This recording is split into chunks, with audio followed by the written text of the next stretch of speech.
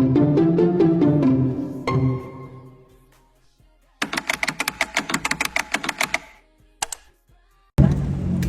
everyone, welcome to our podcast. Today we're going to talk about real life struggles, social influence, and trends that affect students and teenagers. Hi, I am Fred Jamaica Bumantal. Hi, I'm Kevin Calmalaran and we'll be discussing something important in our generation or in common na sa atin, aspirational buyers. And the title of today's episode is about the cost of looking class.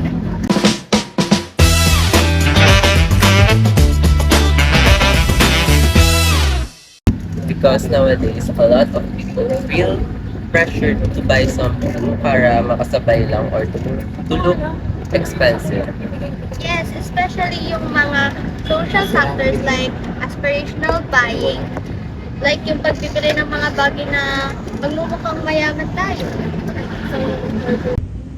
And because of social media influencers and trends online, parang bumibili tayo para maka-keep up sa certain lifestyle. And alam nyo ba guys na parang hindi naman natin kailangan na bumili ng mga bagay-bagay products. Kahit di naman natin kailangan, pero na-urge tayong bumili para lang makasabay rin sa kanila. Yes, lalo na kapag paulit-ulit mo nakikita to sa mga TikTok, sa Reels, sa FB, ganon, eventually, mapapabili ka natin. So today, pag-uusapan natin kung paano ba nakaka-apekto sa pag-desisyon natin bumili or mga business strategy at paano nakaka-apekto yung behavior natin sa mga consumers and students. Honestly, hindi naman ito tungkol sa pagiging materialistic. But sometimes, bumibili sila para ma-accept or to be part sa circle. Exactly. Especially ngayon na halos lahat na nakapost sa social media. Mga outfits, gadgets, skincare, coffee shop, hanggang sa lifestyle. Parang ang dali nang ma-pressure ngayon.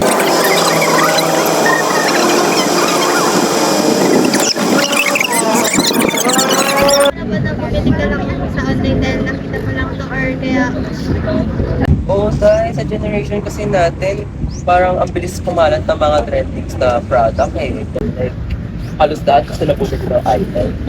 yeah. And minsan kahit students pa lang tayo, na-feel na natin yung pressure para lang makasabay tayo sa uso. So, kita, pag kumikita mo yung okay ng influencers or mga kaklase mo, like, napapabili ka na ng kita.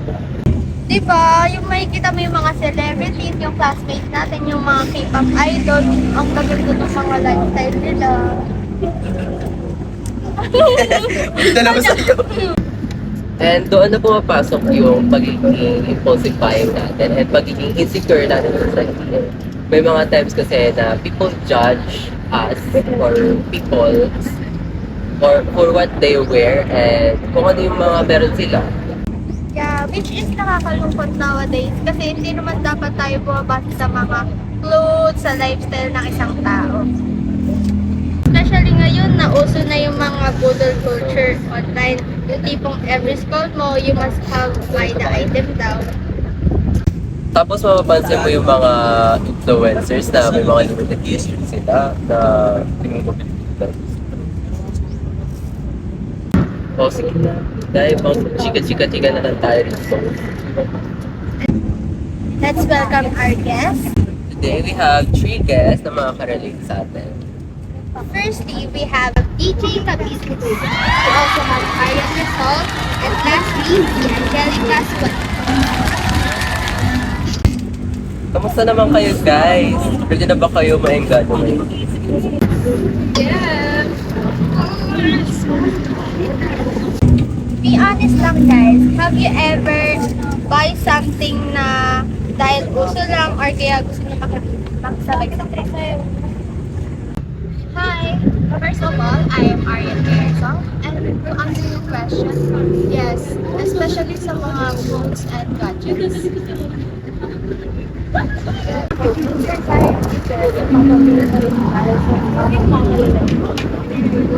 Ako rin, dahil sa mga preference sa mga friends ko, lalo sa mga social media. Siguro naman guys, it's common naman sa atin or sa mga people kasi seeing how influencers do something like shopping hauls and to be honest, parang we wanted to feel something na meron tayo and Next question. Sa tingin nyo, gano'ng kalaki influence ng social media sa buying decision ng teens ngayon? Malaki talaga. Because mag-ins tayo maingganyo sa nakikita natin. Influencers make products which necessary tayo. Also, minsan nakakapagpilihan tayo dahil gusto natin or gusto natin i-invest. and business knows that kaya tignan mo yung mga nila, they're strong as businesses and parang ang strong nung image nila and sa mga customers. Yes, that's true. Especially kapag aesthetic yung mga content nila, parang mas convincing sa ating mga teens na hindi lang siyang simpleng product. Hindi lang naman yung products yung binibenta nila, pati na rin yung lifestyle nila.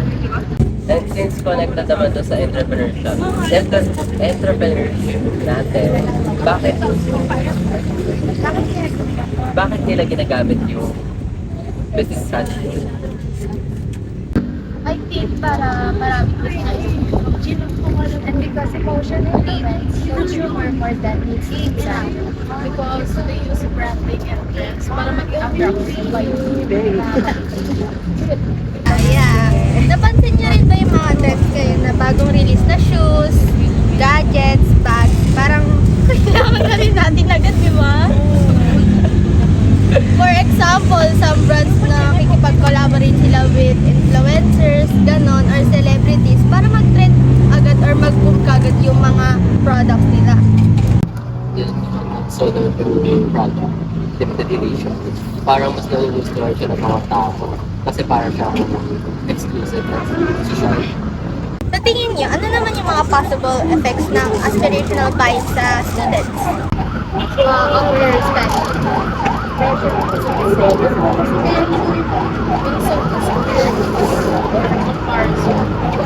Kasi sometimes nag-feel ng mga people na hindi sila makasabay sa trends or hindi sila nakakabila ng gusto nila. Kaya bumababa yung confidence nila. Yeah, tsaka yung iba rin naman kasi, mas inuunan nila yung mga image na sa social media kaysa yung mga actual needs talaga nila sa school tsaka sa pang-araw-araw. So, do you think social media makes people feel like they always need to buy something latest trends to feel good? Yes, especially kapag lagi ka nakikita sa TikTok or Instagram, parang feeling ko need mo rin magkaroon ng ganon para hindi ka malit sa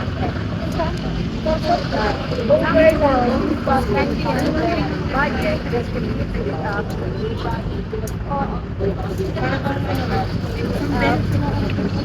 So, pag different press, Yes. Kasi minsan kahit ano pa yung gamit natin or mga gamit mo, papaisip ka na lang na palitan na lang dahil yung suma or Especially lalo na ngayon. Lalo na ngayon na mabilis magbago yung trends online, parang every month na may bagong essential na kailangan raw bilhin. Oo, parang pagkatapos ng isang trend, meron na naman. And this totoo yan, kaya important talaga marunong tayo mag-control and maging wise consumers instead na maging padalas-dalas tayo sa paligid. Another thing is yung really taking trends out, trends online, while minsan naman, okay lang mag-reward sa sarili, pero minsan napapansin ko din na nagiging impulsive spending. Kaya important na i-balance natin yung spending, yung sa spending habits. Yeah, hindi naman masamang bumili ng mga gusto natin paminsan-minsan. Pero importante is maging financially responsible tayo. So, paano tayo maging responsible sa kahit expose tayo sa trends? self-control, think online, reads drama, and avoid improvements and pagpapatok sa personal. Yeah. Kasi if lagi tayong bibilin para lang ma-impress yung mga tao, eventually nakakapagod din siya. And minsan, temporary lang yung mga happiness after buying something. Especially if validation lang naman yung reason kung bakit mo ito pinili. Kaya, advice ko lang is makakatulong siya para i-stop natin yung pagpakompare sa isa't isa. And maybe maganda rin na mag-set tayo ng mga budget or kaya pag-isipan muna natin bago bilhin yung mga bagay-bagay. I think important din na aware tayo na hindi lahat na nakikita online reflects our reality. So guys, do you think possible ba na social media creates unrealistic standards for Yes, especially when it comes to appearance and lifestyle. Kapag lagi mo nakikita na para bang perfect yung mga buhay ng ibang tao online, minsan mapapaisip ka rin na bakit hindi ganun yung life mo. Parang may malaking factor kasi everything parang may bagong standard, like bagong fashion, gadget, or aesthetic. Kaya mas pressure yung things na sumabay para hindi ma-type out. I think social media really affects our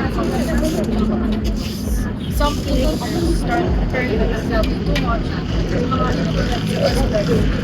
Kaya minsan yung feelings nila parang pinahindi sila isa kapag wala silang same lifestyle or brand. Yes, kasi alam niyo ba na parang social media only shows the perfect side of your life. Yeah, kaya minsan nakakalimutan na din natin na edited yung iba, filtered or curated lang pala yung mga ibang content na nakikita natin through online. True, kasi social media only shows the highlight reels na minsan nagkakaroon tayo ng parang unrealistic. And tayo, as a consumers, dapat smart tayo sa mga decisions natin.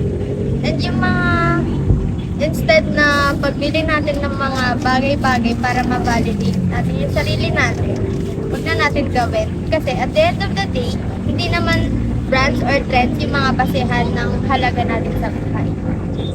So, we learned that aspirational buying is influenced by media trends and social pressure.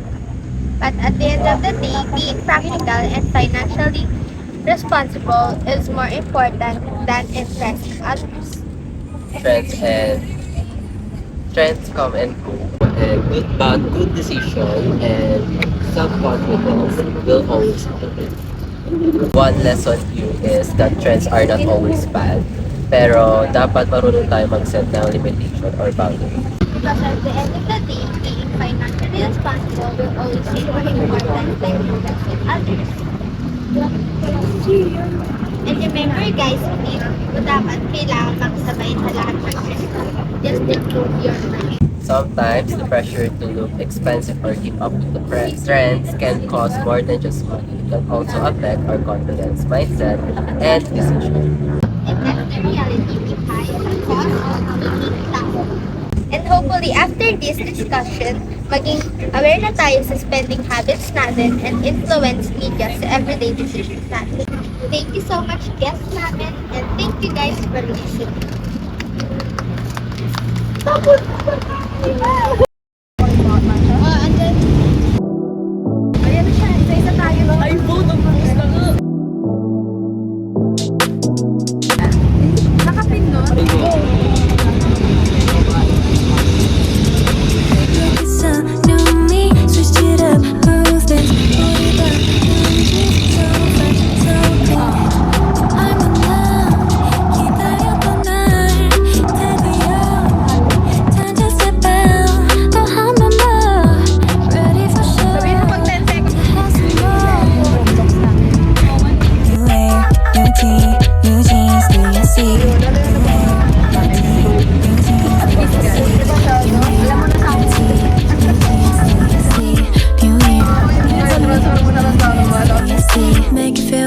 like a game. Look at us, we go on and on again.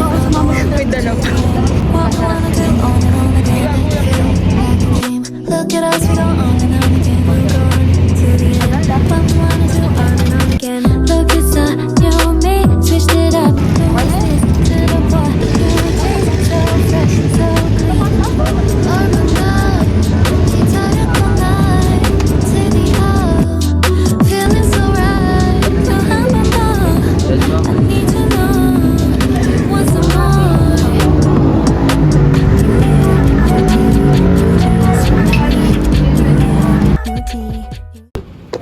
Akala ko ba tapos na? No, because you always do this. Hindi naman palagi. Every kala na lang, lagi na rin sa nakakasakit ka na ng salita, ah. Hindi nyo pa naiintindihan na may ginagawa rin ako. Wala nang ginagawa, regalo lang naman. A day in my life as a world citizen student. Gala with Friends edition. So for today's video, we're gonna meet up sa coffee shop because it's been so long since our last gala. Even though we met on school every day, iba pa rin if we're going somewhere outside the school, right? So we've been busy with schools, activities, and life in general. So we don't talk too much at school. So today, complete attendance dapat. So pupunta tayo.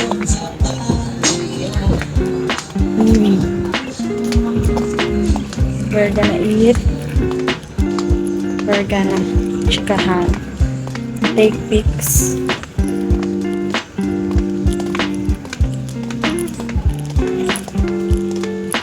Yan.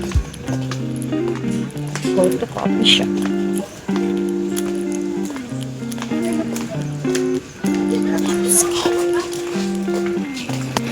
So this is the thing for today. Very simple lang kasi ang init sa Pilipinas. And also, update ko lang kayo guys. I'm already kinda late, but not that late, okay? So see you guys next. It's me again, I'm back. Let's talk ASAP. Do you have the time? Let's talk ASAP, baby. Hurry up, don't be lazy. ASAP, baby. Hurry up, don't say maybe. 할기다 한자고 빨간색 눌러 끊고 나니 생각나서 다시 떠올려. There's this one more thing I'll show you. Come with me, so much to do and lot to see. Just for a minute. Bar. Next is blush. Ito yung regalo ni Arya. Just for a minute. I'm using it so well. Like, it's Tagalog.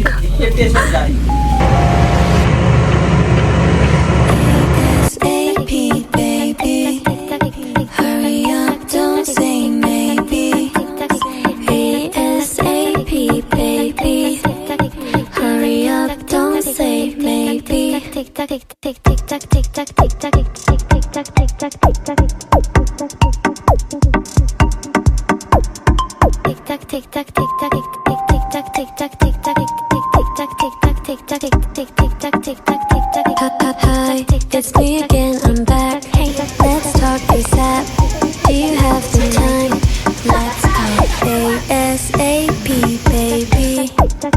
Hurry up, don't be lazy. ASAP, baby. Hurry up, don't say maybe. ASAP, baby. Hurry up, don't say. Hurry up, don't say.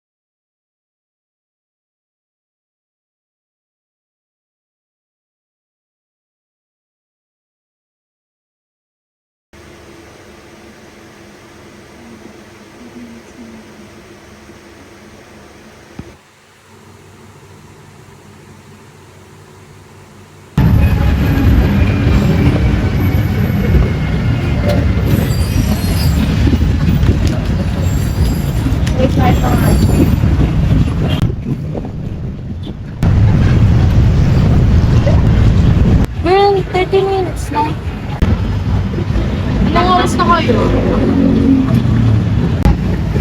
Order na ba tayo? Hindi, wait natin siya. Bawal talaga na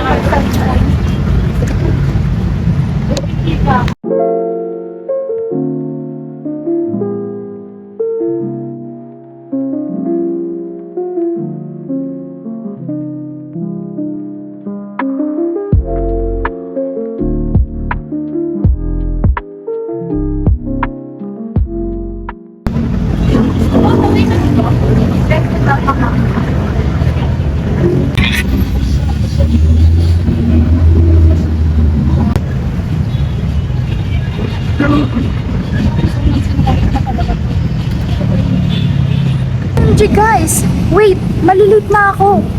Bye!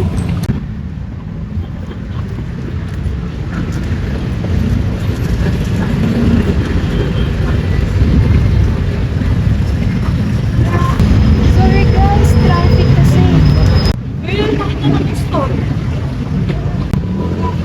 Okay, fine. Hindi pa talaga ako ready kanina. Bakit ka pa Eh, alam kong magagalit kayo eh.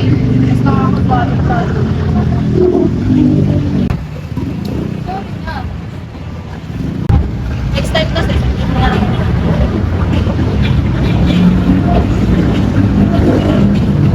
Imagine kasi kayo, nandito na kami lahat. Tapos ikaw, skip ka. Okay, gets ko na.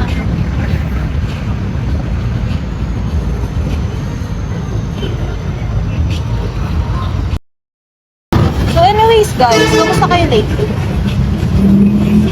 Pagod na ako sa school, honestly. Ang dami nating activities lately, so same. Guys, picture tayo.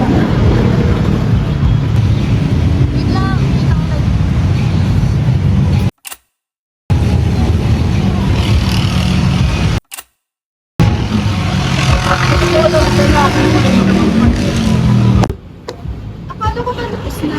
No, because you always do this. Hindi naman palagi. Perfect ka na lang, lagi naman ito sa oras. Sorry nga, tita. Kasi pala wala ka nag-spend eh. Grabe ka itong ginagawa eh. Grabe ka naman. Ito naman natin. Hindi nyo pa naiintindihan na may ginagawa rin ako. Wala nang ginagawa sa ikaw naman.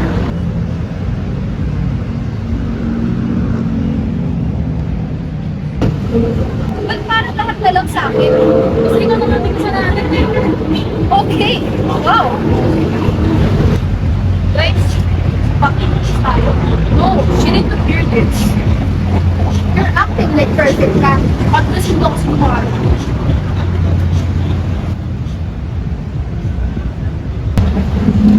Grabe ka na. Ito ka naman eh. Nakakasakit ka na ng salita ah. Okay.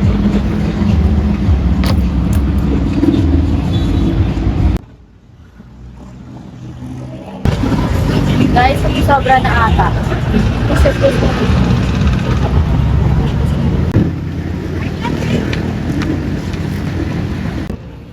Nakakahiya. Mali mo naman talaga eh, pero I think everyone gets stronger.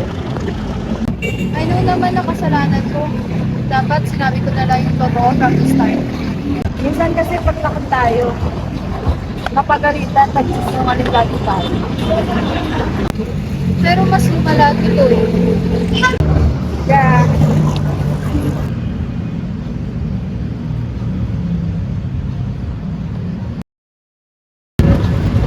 Honestly, that's the back The first thing na talaga ako. Pero may ko tayo siya. No? Put lang sa Facebook. Nadala lang sa ito.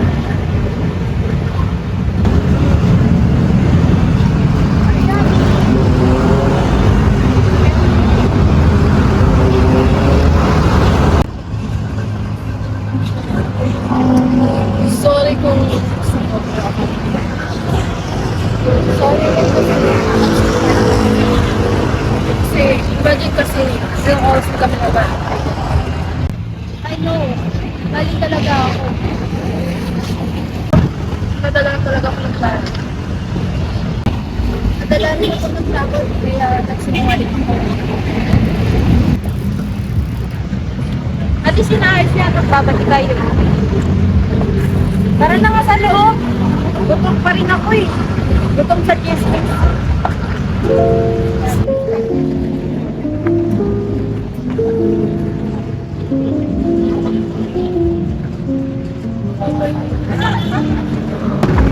Okay guys, one last grouping before umuwi. Before the may promise, hanggang ko na expect na tayo.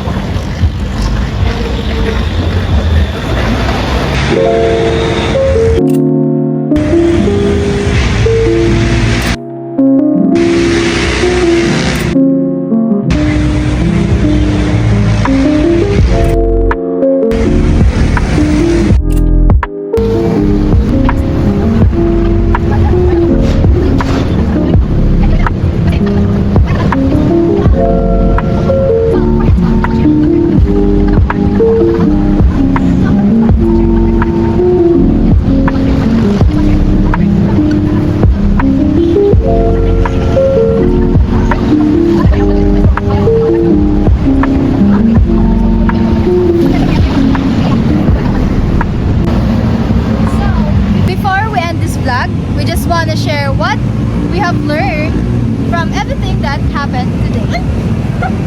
Our simulation started with one small line. My friend Arian said that she was already on the way even though she was still lying in bed instead of getting ready. Because of that, everyone became distracted.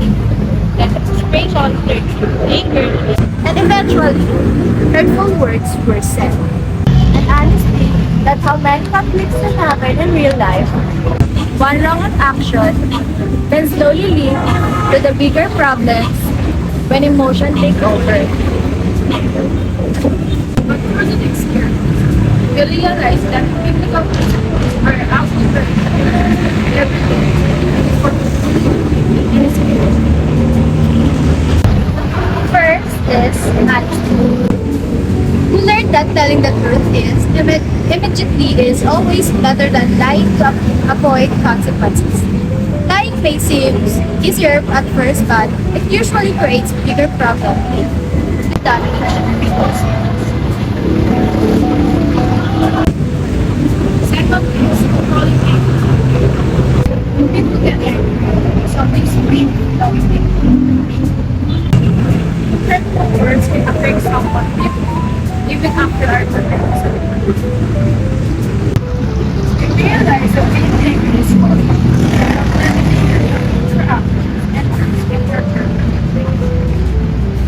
Third is kindness and understanding. Instead of attacking each other, we should learn how to communicate conflicts and easily listen what happens. Sometimes people think they can with others because of pain, stress, or overwhelm. And lastly, forgiveness. In the end of the day, we choose to apologize and forgive each other and fix friendship instead of saying anger. That bad feeling, victorious really means not being perfect, but learning how to respond and correctly even after making mistakes. If we're going to reflect on everything that happened today, James 1 verse 19 says, everyone should be quick to listen, slow to speak, and slow to become angry. Because honestly, if we listen first, became honest from the start, and control our emotions, things probably wouldn't have gotten worse. So yeah, hope this vlog reminds you of honesty, patience, support, Or not just your problem, but also your life. I hope you learned something in our vlog today. See you guys in the next vlog. Bye-bye!